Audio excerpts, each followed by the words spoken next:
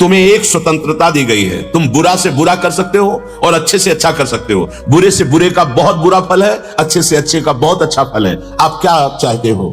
ये आपके लिए छूट है मनुष्य शरीर में, आपको रोका नहीं जाएगा। आप पापाचरण कर रहे हैं, बिल्कुल नहीं रोका जाएगा।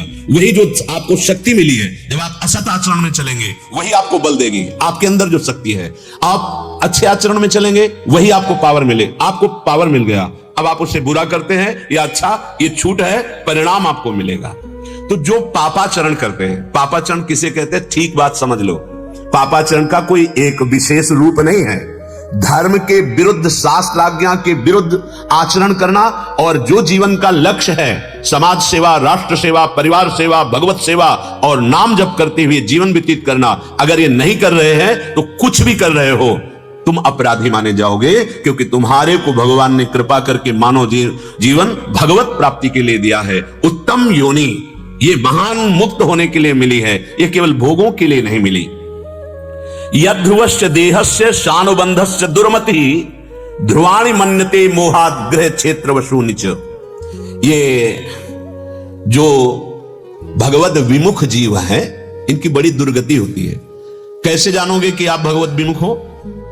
पहचान कैसे होगी?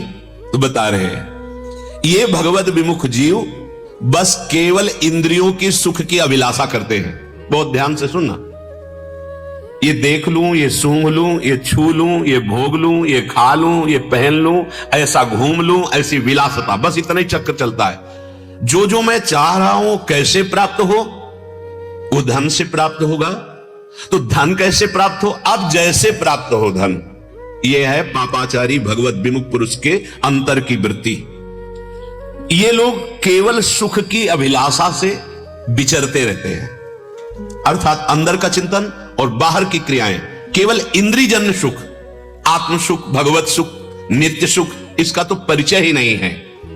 ये बड़े से बड़ा कष्ट उठाते हैं धन प्राप्ति के लिए और धन भोग सामग्री के लिए। इसका कारण है ये मंद बुद्धि अपने स्वरूप को भूल गए, भगवद अंश को, और इस नाशवान शरीर को अपना स्वरूप मान लिया। जंतुर्वै भव एतस्मिन् याम याम योनि मनुव्रजेत तस्याम तस्याम च लभते निवृत्तिम न विरज्यते।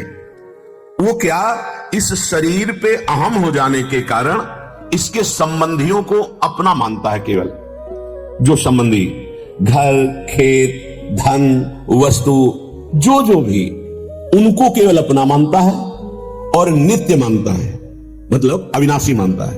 ये सब बना रहेगा क्योंकि बुद्धि भगवत विमुख है। इस संसार में जो भी आप बड़े से बड़े कष्ट सहकर एकत्रित करेंगे, एक समय आएगा काल भगवान सबको नष्ट कर देंगे, कुछ भी तुम्हारे साथ नहीं जाएगा। पर मंद बुद्धि होने के कारण यह संकेत उसे समझ में नहीं आता कि बाल्यावस्था गई, जवानी आ गई, वो भी वृद्धावस्था की तरफ जा रही, इसके आगे की अवस्था का नाम मृत्यु है। वो नहीं समझ रहा है। इस संसार में यह जीव जिस जिस शरीर में जन्म लेता है उसी उसी को पकड़ लेता है मैं, और उसी में सुख ढूंढने लगता है शरीर में। चींटी भी प्रयासरत है पेट भरने के लिए, चींटी भी अपने सुख के लिए भयभीत, जरा सा ऐसा करो भयभीत होकर भागेगी। हर जीव शरीर की रक्षा और इस शरीर से खूब भोग भोगना, अर्थात जीने की आशा और नाशवान भोगों में सुख खोजना। वो कभी ये सोच ही नहीं पाता है कि ये शरीर मुझे कुछ समय के लिए मिला है। देखो कैसा लग रहा है, मैं शरीर हूं और मैं ये कर सकता हूं, मैंने भोगा, मैं भोग सकता हूं, बस यही गणित अंदर चलती रहती है। ये भगवान की ऐसी विचित्र माया से मोहित हो रहा है कि नरक जैसे भोगों में सुख खोज रहा है। नरक जैसे भोगों में ये द्वार जो शरीर के हैं मलमूत्र के द्वार हैं, अंदर सब मलमूत्र गंदी वस्तुएं भरी हैं। केवल एक बात के लिए श्रेष्ठ है मानव जीवन, राधा राधा राधा, अपने कर्तव्यों का पालन। अब वो जिस योनि में जाता है वहां के भोगों को अमृत मानने लगता है। जैसे विष्ठा का कीड़ा है, उसके लिए विष्ठा अमृत है, नाली का कीड़ा उसके लिए वही सुख है। वो वहां के सुखों को कभी नहीं छोड़ना चाहता और उन शरीरों को नहीं छोड़ना चाहता, चाहे जिस योनि में जाए। जैसे देखो अपने लोग इस शरीर में कितना बने, यह मूर्खता विशेष रूप से मनुष्य में जागृत होती है। क्या? शरीर के लिए सब कुछ करना, अपने शरीर के लिए, और वो उद्धार के लिए रखी गई थी और उसने उसी बुद्धि का दुरुपयोग करके पतन किया। अब वो इतना आसक्त हो गया स्त्री शरीर में, पुरुष शरीर में, पुत्र में, घर में, पशु में, धन में, बंधु बांधवों में, रिश्ते नातेदारों में, कि वो ये भूल गया कि मुझे जाना है यहां से, वो अकेले जाना है। ये बात वो मनोरथों में, संबंधों में अपने को भाग्यशाली मान करके वो इतना हर्षित हो रहा है। पुत्र हुआ, खूब उत्सव मना रहा है, और जब पुत्र बड़ा हुआ, भजन तो किया नहीं, अधर्माचरण से धन एकत्रित किया था, तो उन्हीं को घर से निकाल दिया, या उन्हीं को विशेष दंड, विशेष क्लेश, अब वो उन्हीं पे मोह करके वहीं रो रहा है। उसको अब भी रास्ता नहीं दिखाई दे रहा कि गोविंद है ना, भगवान है ना। एक बार तो भगवान ने हम पर कृपा करके मानो दे दिया, मैं फंस गया था, आज मेरे नेत्र खुल गए, मेरा कोई नहीं, अब मैं भगवान का आश्रय ले लूं। पर नहीं, वो उन्हीं में आसक्त होकर, उन्हीं की चिंता करके, उन्हीं के संग के लिए रोता है, जलता है। अगर किसी से निवेदन भी करता है तो यही कि वो मुझे रख ले, वो मेरा भरण पोषण कर ले। उसे याद नहीं आता विश्वम्भर भगवान समस्त जगत का भरण पोषण करने वाले मेरे को अवसर दिया था भगवत प्राप्ति का, और मैं भूल गया। चलो, मुझे कोई प्यार नहीं करता तो भगवान की कृपा हुई कि मुझे मार्ग मिला भगवत शरणागति। ऐसा नहीं, दुर्वासनाएं इतनी बढ़ जाती है कि अवस्था तो बूढ़ी हो गई है, पर अब भी वो उन्हीं भोगों को भोगने के लिए फिर पापाचरण की वृत्ति बढ़ाता है। ये नहीं सोचता कि मेरी अवस्था ढल गई, आगे मृत्यु आने वाली है, कुछ कमा ले, भगवान नाम जप, भगवद आश्रय, भगवत धाम यात्रा, भगवत भक्तों का सेवन संग। अगर उसमें थोड़ी भी चेष्टा है तो पाप ही सोचता रहता, पाप ही करता रहता है। बिल्कुल ऐसा ही, जब तक भगवद आश्रय नहीं तो ये इंद्रियां, ये मन उसको रौंदते रहते हैं, चाहे शरीर की कोई अवस्था हो। वो धन के द्वारा शरीर बेचने वाले जनों का एकांत में प्रदर्शित किया हुआ भोग सुख वो सर्वोपरि सुख मानता है, अपने आप को मिटाता रहता है। ये शास्त्र है, आपके अंदर की वृत्ति जो चल रही वो महापुरुष जन लिखे।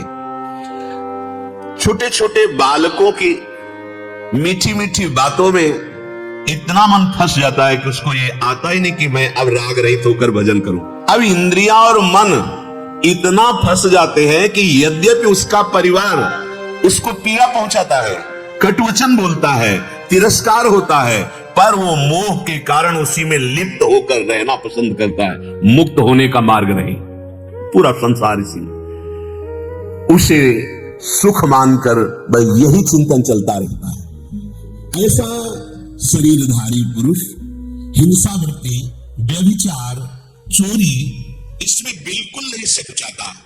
वो इन उपायों द्वारा अपने परिवार का पोषण, परिवार की प्रियता प्राप्त करने के लिए ऐसी चेष्टा करता है जिनके परिणाम में उसे घोर नरक मिलता है। कुटुंब भरणा कल्पो मंद भाग्यो वृथोद्यमः श्रिया विहीनः कृपणो ध्यायन् वसति मूढ़धी। वो अपने परिवार के मोह में जलता हुआ, तिरस्कृत होकर उसी घर में रहता है।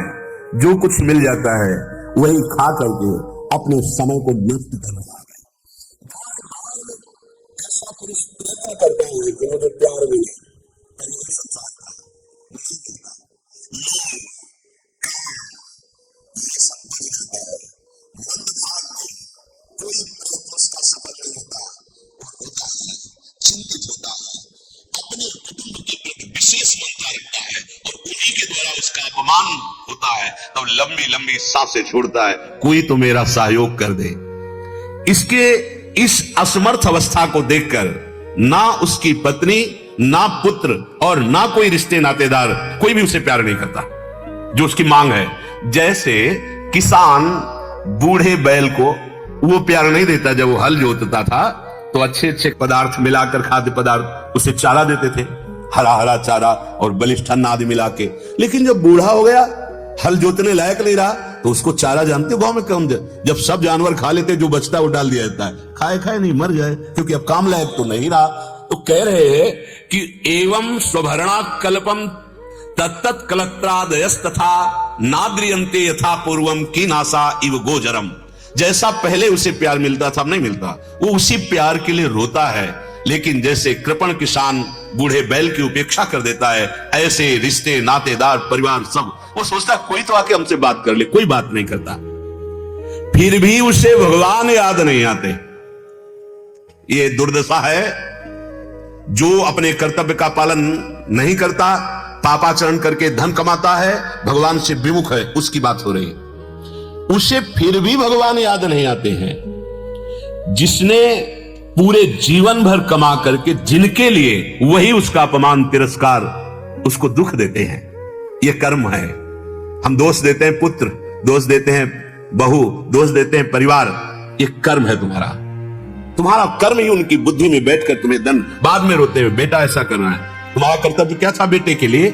बचपन से उसे अगर धर्म शास्त्रों की शिक्षा देते, उसे सतमार्ग में चलाते, उसकी पवित्र बुद्धि का मार्ग बताते, कभी ऐसा नहीं करता। लेकिन आपकी ही बुद्धि पवित्र नहीं थी, वासनाओं में, नाना प्रकार के मोह जाल में फंसी हुई, तो उसका दंड मिलेगा। वृद्धावस्था के कारण उसका रूप बिगड़ जाता है, बहुत दुख होता है उसको। कितने लोग हैं पूरा जीवन केवल अपने शरीर को बिगड़ने ना पावे ऐसे ऐसे उपाय, सर्जरी आदि के द्वारा भी। अब गाल में बिल्कुल लालिमा नहीं रही, फिर भी ऊपर से लालिमा लगाना, क्योंकि हमको अपना रूप, बचेगा ये रूप, मिट्टी में मिल जाएगा। ये पंचभूतों से बना हुआ है, कोई सच्चिदानंद रूप नहीं। होश में असलियत देखो और इससे राग छोड़ो। कैसा कैसा निकृष्ट शरीर है यदि भजन ना हो। गर्मियों में कभी कभी पसीना से ऐसे यहां से ऐसे बदबू, और नीचे तो बदबू के स्थान है। कौन सा इसमें सुंदरता है? चमड़ी थोड़ी चिकनी है, उसी को देखकर गर्व कर रहे हो, वो तुम्हारा रूप है नहीं। ये मायाकृत है, एक दिन नष्ट हो जाएगा। वो वृद्धावस्था के कारण रूप बिगड़ जाता है, शरीर रोगी हो जाता है, पाचन तंत्र मंद पड़ जाता है, ना कोई पुरुषार्थ हो पाता है, ना भोजन पच रहा है, और आकांक्षाएं वैसे ही सब। अब उसको जो जलन होती है वो उसी का हृदय जानता है। ये बात अंदर की देखो। भोग नहीं पा रहा, भोगने की प्रबल इच्छा है, नाना प्रकार की भोग सामग्री पाने की इच्छा है, अग्नि मंद पड़ गई है। अब रूप उसका बिगड़ गया है, शरीर में सामर्थ्य नहीं, कोई पुरुषार्थ करने की योग्यता नहीं रही, वो बैठे बैठे जलता रहता है। मरणोन्मुख घर में पड़ा, स्त्री पुत्रादि के द्वारा अपमान पूर्वक दिए हुए टुकड़ों से जीवन निर्वाह करता है। आनंद सत्य मार्ग में चलने से मिलता है, धर्म पूर्वक आचरण करने से मिलता है, भगवत आश्रय से मिलता है, नाम जप से मिलता है, पापाचरण से नहीं, मोह ममता से नहीं। मृत्यु का समय जब आने को होता है तो भयानक उसके अंदर कष्ट प्रकट होता है। जन्मत मरत दुसाहत कोई। अपने लोग भी बहुत बार मर चुके हैं, पर माया का ऐसा खेल वो विस्मरण करा देती है। जैसे इसी शरीर में कितनी पीड़ाएं हुई, विस्मरण हो गया। वायु बिगड़ जाती है शरीर की, श्वास प्रश्वास की नलिकाओं में वायु से भीषण कष्ट देने लगती है, कफ अवरुद्ध होने लगता है, बड़ा भारी कष्ट मिलता है जब उसके प्राण निकलने का समय होता है। कंठ में घुरघुराहट है, श्वास ठीक से ली नहीं जा रही क्योंकि कफ अवरुद्ध कर रहा है नस नाड़ियों को। कोई भी उसे प्यार नहीं कर रहा, पड़ा बिस्तर पे नेत्रों से देख रहा, कोई तो मुझे ढांढस बधाए, कोई प्यार दे। सच्चाई विषय है, देखा है ये। अब भगवान का तो स्मरण जीवन में किया नहीं, तो उसको लेने के लिए भयानक यमदूत आते हैं, जिनके दर्शन मात्र से सोच लघु शंका निकल जाए, ऐसे भयानक होते हैं। जो मूढ़ पुरुष इंद्रियों से केवल अपने ही भरण पोषण में लगा रहा, दूसरों का शोषण करके, वो सबकी तरफ देखता है, कोई प्यार, कोई बचाने वाला, कोई दुख निवृत्ति वाला नहीं।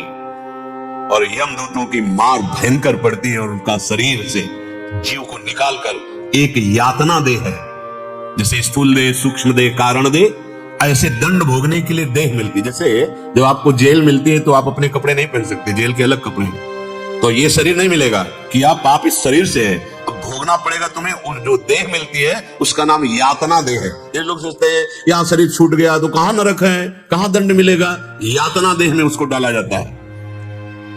अब भयंकर रोष वाले क्रोधी यमदूत जो दो होते हैं वो उसको पीड़ा पहुंचाते हैं, भयानक त्रास।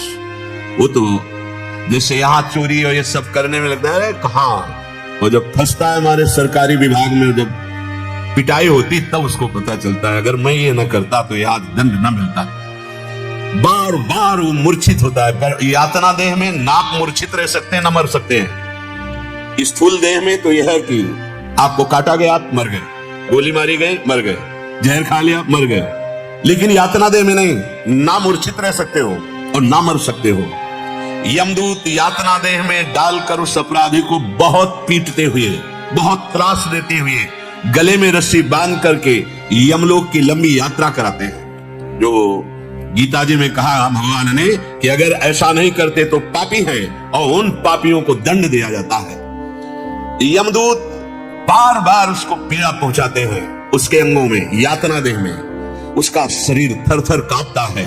मार्ग में जिन जिन जीवों का यहां मांस खाया है, वैसे ही भयानक रूप धारण करके वो जीव उसके मांस को नोचते हैं। मार्ग में ये व्यवस्था होती है, कभी किसी को भोजन नहीं कराया, कभी पानी नहीं पिलाया, दूसरों को दुख देते रहे, तो उनको मार्ग में भयानक कष्ट मिलता है। उस समय वो अपने पापों का याद, जैसे आपको जो दंड मिलेगा तो आपको याद आएगा ये किया, उसका ये फल है। एक भी दंड कोई मिथ्या नहीं होगा, पर यह है कि थोड़े से पाप का बहुत बड़ा दंड मिलता है। जैसे यहां 5 मिनट गलती करो आजीवन कारावास। वो व्याकुल बेचैन हो उठता है, ना उसे पानी पिलाया जाता है, ना उसे कुछ खवाया जाता है। नीचे की भूमि आग जैसी जलती हुई और वायु जैसे आग की लपटे ऐसे मार्ग से ले जाया जाता है। ना कोई विश्राम स्थल, तप्त मार्ग, जहां एक कदम रखने की शक्ति नहीं, वहां पीठ पर उसको पीटते हुए, कोड़े बरसाते हुए, भयानक क्रोध युक्त होकर उसको दबकाते हुए, उसे कष्ट देते हुए उस मार्ग में चलाते हैं। वो जहां तहां थक कर गिर जाता है, मूर्छाने को होती है, फिर उसको चेतना में लाकर पिटाई करते हैं। दुखमय अंधेरे मार्ग से अत्यंत क्रूर यमदूत प्रतिपग मारते हुए यमपुरी ले जाते हैं। यमलोक का मार्ग यहां से, मृत्युलोक से 99,000 योजन दक्षिण की तरफ नीचे है। 99,000 योजन, 1 योजन का मतलब 4 कोस, 99,000 योजन।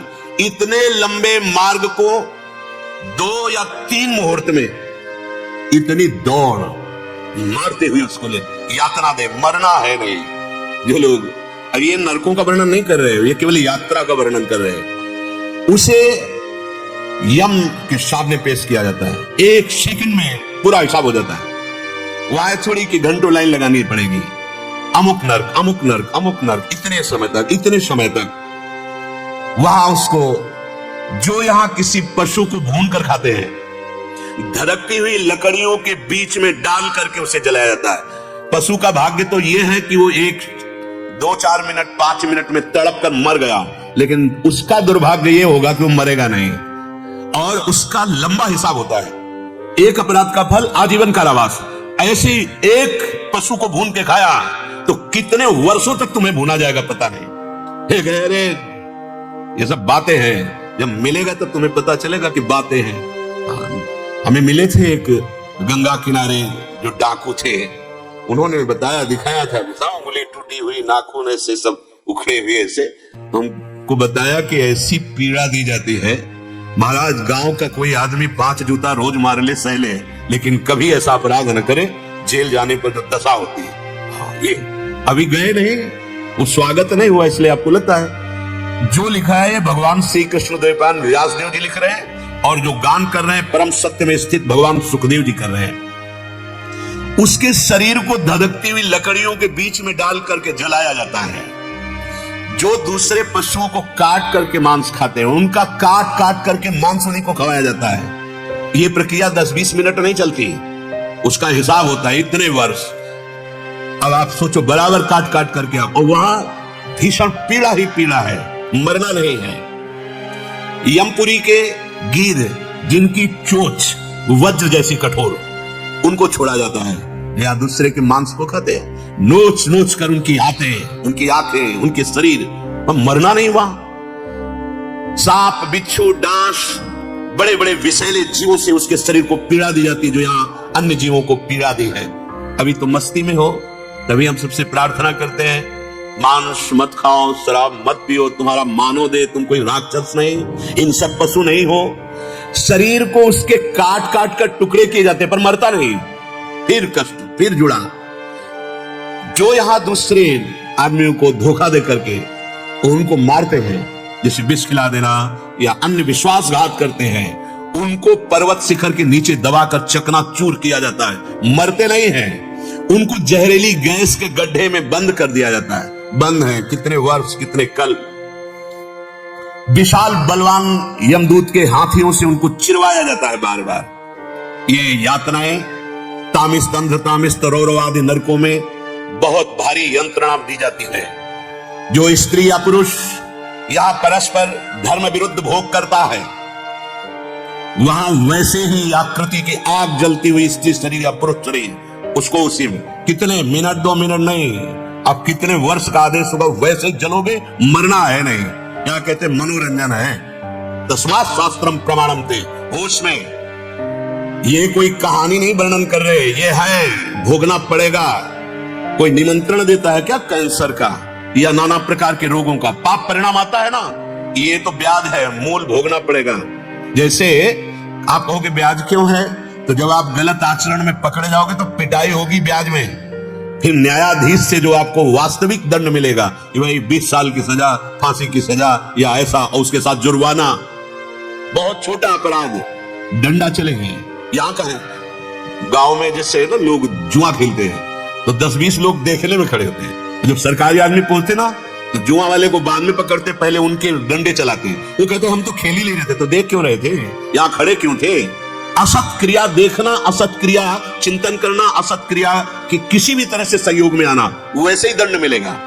बहुत सावधान, मानव जीवन सावधानी के लिए है। भगवान कपिल देव जी कहते हैं, माता ये जो लोग कहते हैं ना कि अरे नरक स्वर्ग यही है, ये ब्याज का है, मूल तो तुम्हें भोगना पड़ेगा। ये आप इसको मिथ्या न समझे नरक स्वर्ग को। पुण्यात्मा जैसे स्वर्ग जाता है तो पापात्मा नरक जाता है, ये भोगना पड़ेगा, कर्म किया है, ये दंड अवश्य है। हाँ, मिथ्या उनके लिए है जो भगवत प्राप्ति के लिए कमर कस लिए, न नरक और न स्वर्ग, आ ब्रह्म गुणान लोकान पुनरावर्तिनो अर्जुन, वो मार्ग है। अगर आपने कर्म किए हैं पापा और पुण्य, तो आपको भोगना पड़ेगा, दोनों क्षीण होकर के फिर जन्म लेना पड़ेगा। इसलिए होश में। इस प्रकार माता जी, वो जीव अनेक कष्ट भोग करके फिर वो जन्मने के लिए प्रेरित होता है। इसलिए सावधान, ये कुटुंब भगवान का स्वरूप है। इसकी सेवा करना ममता रहित होकर, इसकी सेवा के लिए धन कमाना अधर्म रहित होकर, भले नमक रोटी खाओ, भगवत चिंतन करो, परिवार सुखी रहेगा, आप सुखी रहोगे, आपकी उत्तम गति होगी।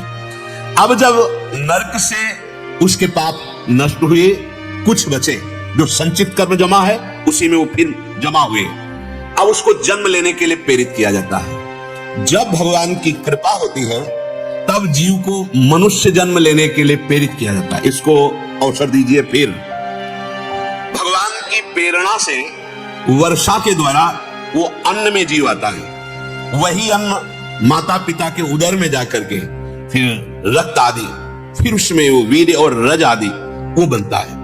फिर माता पिता के संयोग से जो पुरुष में वीर्य शक्ति, स्त्री में रज बना, वो जब उस जीव को जन्म लेना होता है, अगर उतने में ही व्यर्थ हो जाना, दूसरी ओर में जाना तो व्यर्थ हो जाएगा।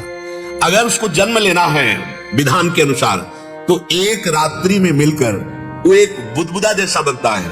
फिर 10 दिन में मां के गर्भ में बेर के समान उसका रूप होता है। फिर उसके बाद उसकी मांसपेशियां बढ़ने लगती हैं। 1 महीने में उसके सिर प्रकट हो जाता है, पहले मांस का ऐसे पिंड जैसा। 2 महीने में हाथ पैर आदि अंग निकलने लगते हैं। 3 महीने में नख, रोम, अस्थि, चर्म और स्त्री पुरुष के चिन्ह और अन्य छिद्र ये प्रकट हो जाते हैं। 4 महीने में मांस आदि 7 धातुएं प्रकट हो जाती हैं, नस नाड़ियां, रक्त संचार। 5वें महीने में उसे भूख प्यास लगने लगती है गर्भ में। 6ठे महीने में वो झिल्ली से लिपटा हुआ मां की दाहिनी कोख में वो घूमने लगता है। अब भयंकर उसको कष्ट होता है, भूख प्यास, और जहां वो है वो मलमूत्र का कुंड है ही, मलाशय मूत्राशय उसी के बीच में उसकी खोपड़ी है, ऐसे कुंडलाकार। उस समय माता को खट्टे चरफरे ऐसे खाने की इच्छा होती है क्योंकि उसको दंड मिलना है। अब वो जब ऐसे पदार्थ खाती है तो उसके शरीर में भयंकर जलन होती है, जैसे कृमि माने कीड़ा ऐसे छटपटाता है उस मलमूत्र के गड्ढे के बीच में। ये गड्ढा ही है, मलमूत्र के बीच में कीड़े की तरह छटपटाता है, भयंकर कष्ट। सेते विणमूत्र योरगते सजंतुर जंतु संभवे, भारी कष्ट को प्राप्त होता है। अब सुकुमार त्वचा होती है तो वहां के छोटे छोटे कीड़े जो अन्न आदि पचाते हैं उसके शरीर को कष्ट देते हैं। वो भयंकर क्लेश से बार बार मूर्छित होता है मां के गर्भ में। माता कड़वे, तीखे, गरम, नमकीन, रूखे, खट्टे ये पदार्थ पसंद करेंगे क्योंकि उसको दंड भोगना है, यही पदार्थ पसंद करेंगे। अब उसके शरीर में पीड़ा, उसका हृदय जल रहा है, ये हम सब भोग के आए हैं। माता के गर्भाशय में लिपटा हुआ महान दुख, पेट, पीठ, गर्दन ऐसे कुंडलाकार, ऐसे वो पिंजड़े में बंद पक्षी के समान पराधीन, इतना कष्ट होता, जरा सा हिला माता को प्रसन्नता होती है, हिला, वो भयंकर पीड़ा में है, कष्ट में है, असमर्थ है। इसी समय भगवान की कृपा होती है हर जीव के ऊपर। पहले कृपा हुई मानव देह में जन्म लेने की, अब कृपा हुई। भगवान कपिल देव जी कहते हैं, हे माता देहूति जी से भगवान की प्रेरणा हुई तो उसके अंदर स्मरण शक्ति जागृत हुई। अब उसे सैकड़ों जन्म के पाप कर्म अपने याद आए, गर्भ में बेचैन हो गया, अरे मुझसे बहुत गलती हुई, बहुत गलती हो गई। अब उसका दम घुट रहा है, भयंकर क्लेश और स्मरण बराबर, पिछले जन्म में ये किया, उसके जन्म में ये किया, ये किया, ये किया, अशांत। 7वां महीना आरंभ होने पर यह स्मरण शक्ति जागृत होती है, उसके अंदर ज्ञान का उन्मेष हुआ क्योंकि भगवान का अंश है। परंतु अंदर की पीड़ा, अंदर की दुर्गंध स्थिति उसको चैन नहीं लेने दे रही है। सप्तम धातु में स्थूल शरीर से बना हुआ वो भगवान का अंश अत्यंत भयभीत हो जाता है जब उसको सैकड़ों जन्मों की याद आती है। और वो हाथ बने हुए ऐसे उसके हाथ भी नहीं जोड़ सकता, हृदय से भगवान को पुकारता है जो भगवान ने उसे ज्ञान शक्ति दी। अब वो कहता है, प्रभु एक बार कृपा कर दो, मुझे इस नर्क से निकाल दो, मां के गर्भ से। प्रभु यद्यपि आपने जो मुझे गति दिखाई है इसमें मेरा परम दोष है, क्योंकि मैंने आपकी आज्ञा को उल्लंघन करके हर जन्म में जब जब मानव देह दिया तब तब पाप कर्म किए, शरीर आसक्त होकर मैंने आपके विरुद्ध आचरण किए, ये दंड मेरे योग्य है। पर प्रभु अब मेरा कोई सहयोगी नहीं है आपके सिवा, सोहम ब्रजाम शरणम है कुतो भयम में। अब मुझ भयभीत को केवल आप ही बचा सकते हो, आप ही रक्षा कर सकते हो। प्रभु मैं आपके चरणारविंद का आश्रय लेता हूं। माता के देह के अंदर यद्यपि मैं भयानक कष्ट पा रहा हूं, बद्ध हूं अर्थात बंधा हुआ हूं, पर प्रभु इसमें मेरा दोष है। हे अखंड बोध स्वरूप परमात्मा, एक बार हम पर कृपा कर दो, एक बार इस मां के गर्भ रूपी नरक से मुझे बाहर कर दो। प्रभु एक बार यदि निकल गया तो मैं जाकर इतना भजन करूंगा कि अब किसी मां के गर्भ में न जाना पड़े। हे विद्या शक्ति संपन्न परम पुरुष भगवान, आपकी इस माया ने मेरी स्वरूप वृत्ति को नष्ट कर दिया, स्वरूप स्मृति मैं कौन हूं नष्ट कर दिया। अब की बार नहीं नष्ट होने दूंगा, बस कृपा कर दो। स्वामी आप बड़े दयालु हैं, जैसे उदार प्रभु ने मुझ गर्भस्थ शिशु को ये ज्ञान दिया, प्रभु ये ज्ञान बना रहे, कहीं ऐसा ना हो कि नष्ट हो जाए।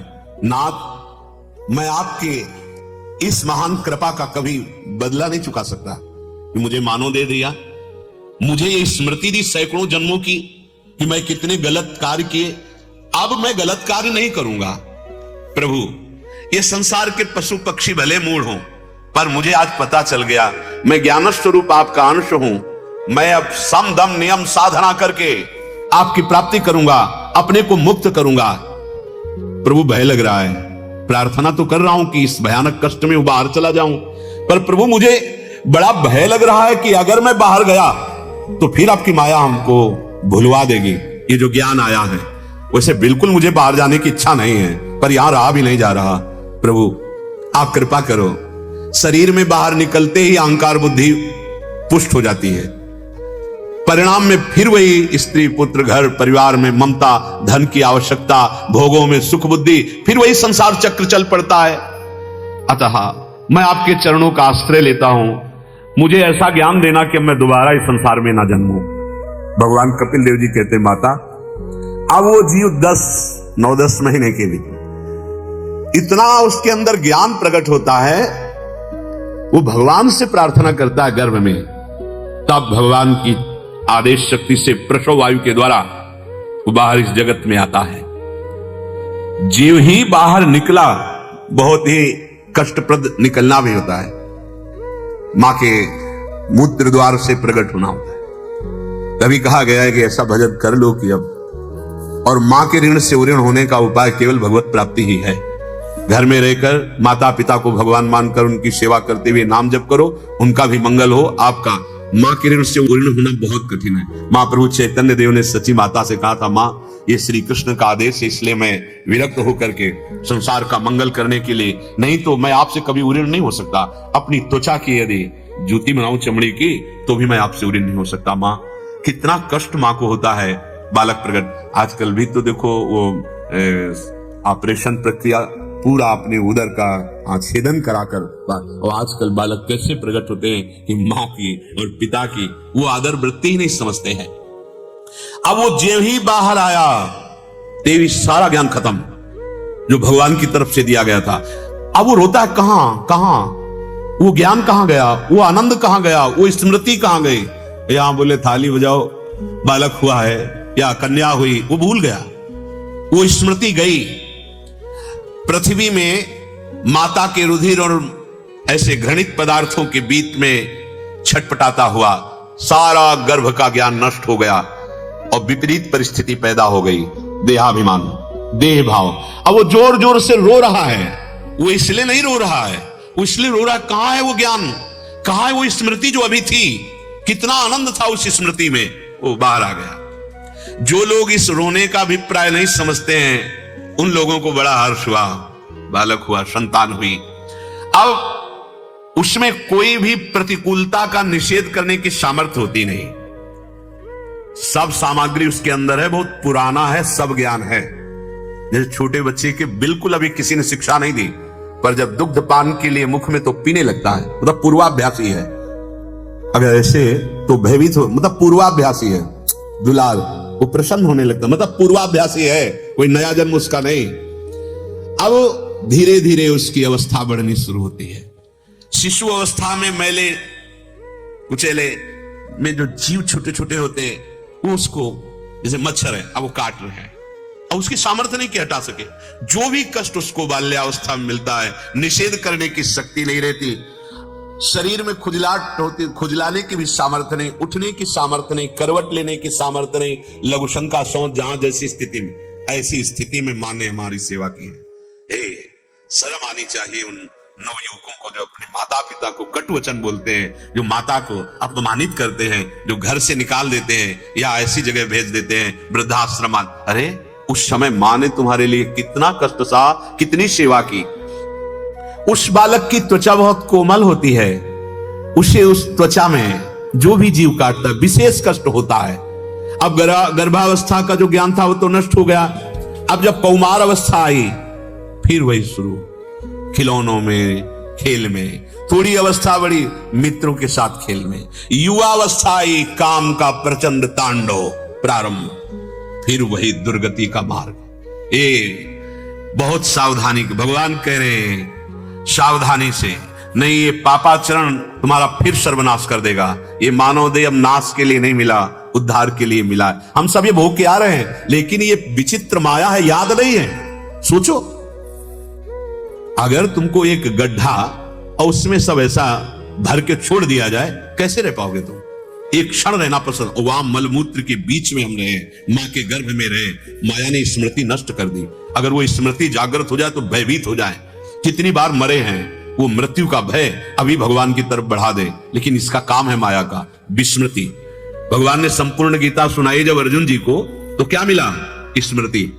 नष्टो मोहा स्मृति लब्धा। ये भक्ति क्या प्रदान करती? स्मृति। ये तुम्हें क्यों सुनाया जा रहा है? तुम सावधान होकर समझो, तुम कौन हो, किस लिए आए हो, क्या कर रहे हो, क्या भोगा है, क्या भोग रहे हो, क्या भोगना पड़ेगा, सावधानी के लिए। ये भगवत कृपा है जो शुद्ध भगवान की चर्चा सुनने को मिल रही। तस्मात् शास्त्रम प्रमाणम थे। इस समय जब जवानी आई तो किसी की कुछ नहीं सुनना, ये तूफानी अवस्था है।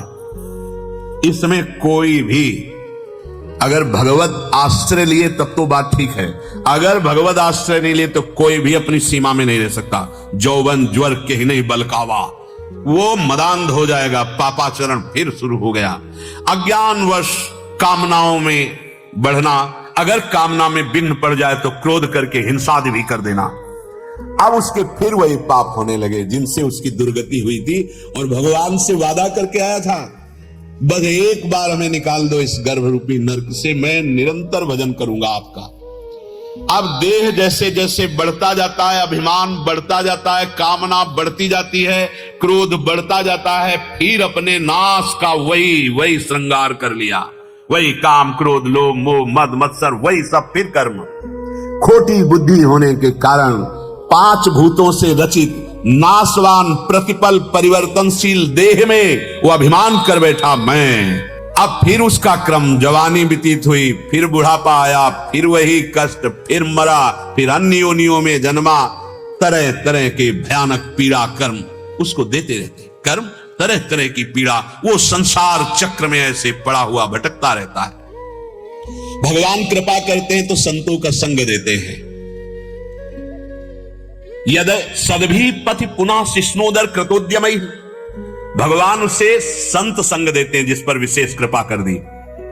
अब क्या होता है, वो संत संग में भी जाता है तो एक मनोरंजन मात्र, चलो घंटा आध घंटा सुनना चाहिए, सुन लिया।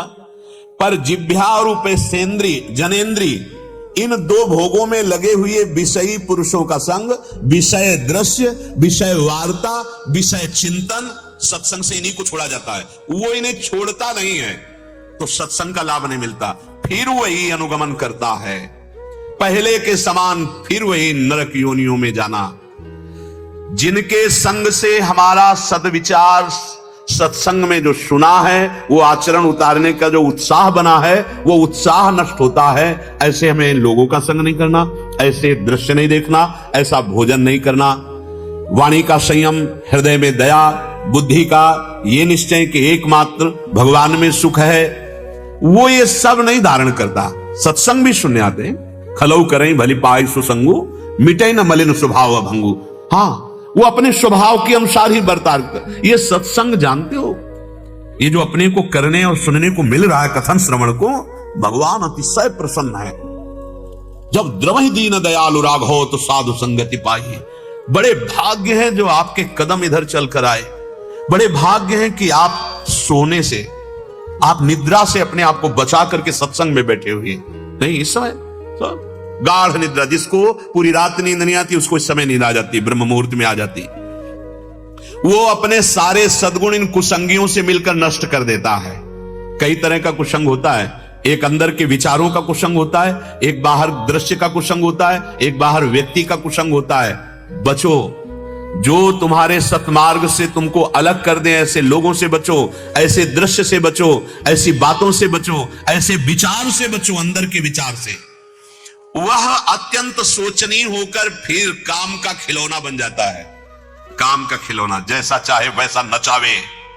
अशांत, मूढ़, देहात्मदर्शी कामी पुरुषों का संग करके वो अपने को नष्ट कर लेता है, क्योंकि जीव को भारी दुर्गति कुसंग से प्राप्त होती है।